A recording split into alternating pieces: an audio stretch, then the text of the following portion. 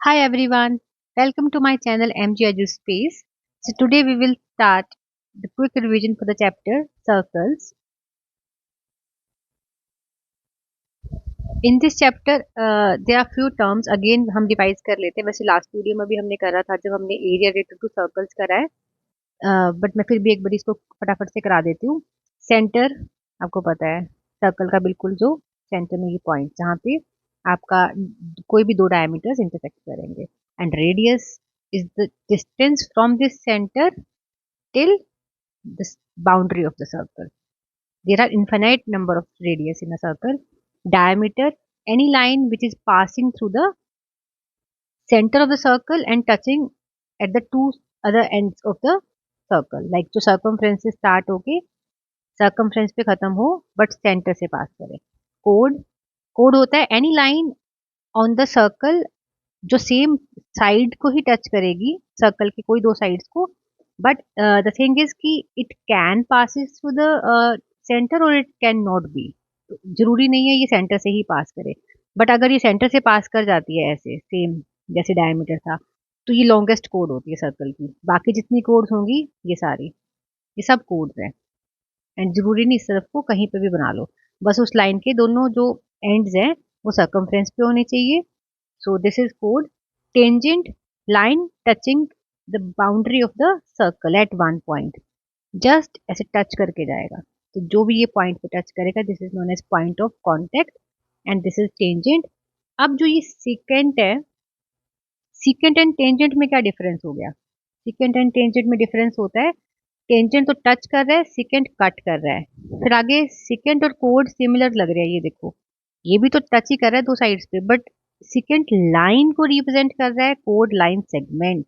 It has fix length till the boundary. ये देखो ये एक पूरी लाइन है जो जिस लाइन के दोनों तरफ वैसे एरोज होते हैं उसको हम लाइन बोलते हैं. जिसमें एंड हो जाता है वो लाइन सेगमेंट्स होते हैं. तो सेकेंड ऐसी एक line that intersect the circle at any two points and need not to be finish over there. It can be extended to any of the end. Arc is the next point. Arc क्या है. Circumference का कोई भी portion. Circumference का इतना इतना portion ले लो. चाहो तो तुम ये पूरा इतना पोर्शन ले लो. ये सारा ये आर्क होता है. It is a portion of a circumference. Sector हमने कल भी करा था. ये रीजन जो बिल्कुल पिज्जा स्लाइस वाला रीजन होता है दिस दिस एंड दिस. ये जो मैंने ब्लू से शेड कर दिया this is known as sector of a circle. And segment of a circle is it is ये जो कोड ये वाला पोर्शन जो सर्कल का प्लॉट करती है this is known as segment. और ये दोनों माइनर होते हैं. This is minor segment this is minor sector this is minor segment. और इनके अलावा जो पोर्शन बचता है वो मेजर होता है. अगर ये माइनर सेक्टर है तो पूरा बाकी का जो पोर्शन बचा ये क्या हो गया मेजर सेक्टर. सिमिलरली अगर ये माइनर सेगमेंट है तो मेजर क्या हो जाएगा रेस्ट ऑफ द सर्कल.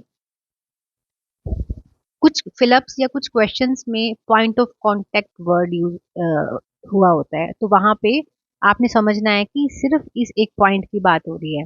और जब कभी भी हम कहीं पे भी डिफाइन करते हैं तो टच दिखने में तो ये काफी पोर्शन है जो टच लगता है बट नॉर्मली अगर इसको फाइनली बिल्कुल बनाया जाए तो सिर्फ ये एक पॉइंट पे टच करता है सर्कल को जहाँ पे टेंजेंट टच कर रहा होता है. तो ये पॉइंट ऑफ कॉन्टेक्ट होता है.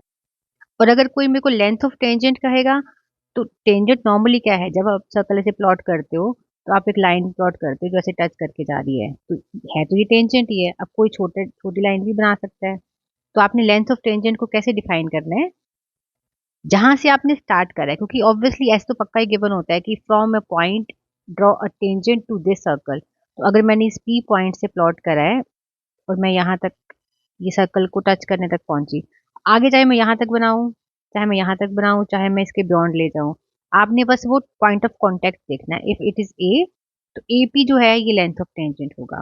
जैसे ये आई पी है तो ये लेंथ ऑफ टेंजेंट है. सिर्फ टच पॉइंट ऑफ कांटेक्ट से लेके जहां से आपने शुरू करा था वहां तक बाकी का लेंथ कंसीडर नहीं करना है.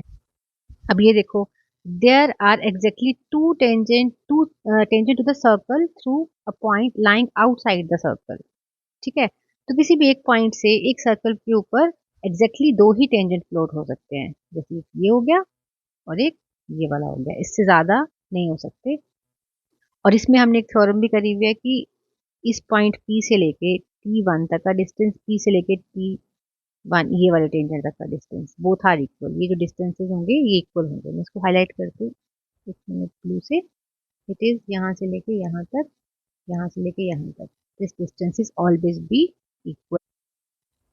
ये देखो theorem 2, the tangent of a circle drawn from a external point to a circle are equal. Lengths of the tangents drawn from external point to the point of contact तक, ये वाला, ये सारे इक्वल होंगे। और इसमें सबसे इंपॉर्टेंट चीज रेडियस, जहां पे इस पॉइंट ऑफ कॉन्टेक्ट को टच करता है, ये it making angle 90 degree always this. अब इसकी क्विकली एक बार समरी भी देख लो। First point is a circle is a two-dimensional figure formed by a set of all the points equidistant from a fixed point in the same plane. Equidistant means वो circle के centre की बात कर रहा है, यहाँ से ये डिस्टेंस हर जगह इक्वल होगा, that is the radius. Fixed point is called the center of the circle and the fixed distance is known as radius. Clear? A secant is a line that intersects a circle at two distinct points. Circle and this is secant. This is a line, not line segment. Line segment नहीं, ये line होता है. Tangent to a circle is the line that touches a circle at exactly one point. It is this way. And tangent at any point on the circle is perpendicular to the radius. If this is the center, this is the perpendicular. This is the radius. Centre से जो tangent को touch करे, इसकी बात हो रही है। It is always भी 90 डिग्री। अगर मैंने टेंजेंट इस तरफ को बनाया है, मान लो यहाँ पे टच कर रहा है, तो मैं यहाँ पे भी रेडियस को ज्वाइन करूंगी तो ये भी 90 होगा। अगर मैंने एक टेंजेंट इस तरफ को बना दिया, यहाँ पे रेडियस टच कर रहा है, तो ये भी 90 होगा। तो tangent and radius always makes angle 90 degree and length of the tangent drawn from the external point of circle is always भी इक्वल। अगर मैंने ये एक सर्कल लिया, यहाँ पे मैंने एक्सटर्नल पॉइंट लिया, यहाँ से मैंने एक लाइन ये प्लॉट करी, यहीं से मैंने एक लाइन ये प्लॉट करी, एक सेकेंड दिस। तो इस पॉइंट ए से जो मैंने ये point of contact B, point of contact C, तो it is saying that A B का लेंथ एंड ए सी का length always be equal, equal length के होते हैं। और इसी के सेंटर से अगर मैं रेडियस को ज्वाइन करूँ तो they are making angle 90 each. अब बाकी थ्योरम्स के अलावा ये छोटे छोटे टर्म्स और फॉर्मूलाज, ट्रिक्स जो तुम्हें प्रूविंग में एंगल फाइंड करना हो या कोई भी ट्रिक लगानी हो तो वहां पे ये हेल्प करेंगे। देखो हमने ये कुछ 9th में भी करे हुए हैं। Properties of a code, centre से जब भी कोई परपेंडिकुलर फॉल कराओगे आप किसी भी कोड पे, ठीक है, तो वो कोड पे परपेंडिकुलर जो फॉल होगा that is always making 90 degree. ये तो हमें थ्योरम पता है। अब ये अगर कोड्स इक्वल है, अगर इनकी लेंथ इक्वल है, तो फिर इनके डिस्टेंस भी इक्वल होंगे। अगर ये मान लो लेंथ जो है और ये लेंथ सेम है, तो ये जो डिस्टेंस है सेंटर से दोनों कोड्स का, ये भी इक्वल होगा। सेकेंड इज दिस, इसमें देखो एक आर्क है ये ए बी, ठीक है, यही वाला जो आर्क है ये आपकी एंगल बना रही है दो डिफरेंट पॉइंट्स पे। ये आर्क एक एंगल बना रहा है ये ए डी बी, यही आर्क एक एंगल बना रही है ए सी और बी। तो सेम आर्क जब कभी भी सर्कल के किसी भी पोर्शन पे एंगल बनाएगी तो वो हमेशा एंगल्स क्या होंगे, इक्वल। तो angle A C B is equal to angle A D B. Third is centre पे जो एंगल बनेगा वो हमेशा डबल होगा जो अदर किसी भी सेगमेंट पे बनेगा। कंडीशन क्या है, अगेन आर्क सेम होनी चाहिए। यही आर्क सेंटर पे बना रही है और यही वाली आर्क आपकी अदर किसी पार्ट की। अगर मैंने मान लो यहाँ नहीं बना के एग्जैक्टली इसके ऊपर यहाँ पे भी बनाया होता, बट वो ए से शुरू होकर बी पे खत्म हो रहा होता, तो ये एंगल भी जो, और ये एंगल दोनों इसी रिलेशन से होते हैं कि अगर ये एक्स है तो ये 2x होता है, this way. And third one is this, angle formed by the same arc on the circumference of circle is always be equal and ये 90 डिग्री आएगा ये वाला। पर जो इसने ये लाइन लिखी है ना, angle formed by the same arc on the circumference of circle is always equal, ये बात कर रहा है कि अगर मान लो मैंने एक आर्क फिक्स कर ली, लेट द आर्क ये वाली ए बी, ठीक है, अब ये आर्क कहीं पे भी एंगल बनाएगी तो वो इक्वल होंगे। अगर इसने ये एंगल बना दिया, ये एंगल बना दिया, ये बना दिया, ये हो गया। तो सारे एंगल्स क्या होंगे आपस में इक्वल। ये तो एक कॉन्सेप्ट हो गया। दूसरा ये है कि ये जितने भी एंगल सेमी सर्कल में बनेंगे वो हमेशा 90 होंगे। दिस ठीक है। ये एक इंपॉर्टेंट फॉर्मूला हमेशा याद रखना है। सर्कल के अंदर कोई भी क्वाड्रिलेटरल चारों पॉइंट उसके सर्कल के सर्कमफ्रेंस पे होने चाहिए, कंडीशन ये है। तो उसके ऑपोजिट एंगल का सम हमेशा क्या होगा 180। एक्स और वाई मेक्स सम 180, ए और बी मेकिंग द सम 180। अब ये एक इम्पॉर्टेंट टर्म इनस्क्राइब्ड और सर्कमस्क्राइब्ड, इन दोनों में क्या डिफरेंस है। इन वाले केस में सर्कल अंदर होगा और सर्कमस्क्राइब्ड वाले में सर्कल आउटसाइड होगा। और ये सिर्फ ट्राइंगल की बात नहीं है, ट्राइंगल के अलावा यहाँ पे आप क्वाड्रिलेटरल ले लो, पॉलीगन ले लो, हेक्सागोन, हेप्टागोन, सबके केस में यही है। इनसर्क्राइब्ड का मतलब ही सर्कल इनसाइड एंड सर्कमस्क्राइब्ड का मतलब सर्कल इज आउटसाइड।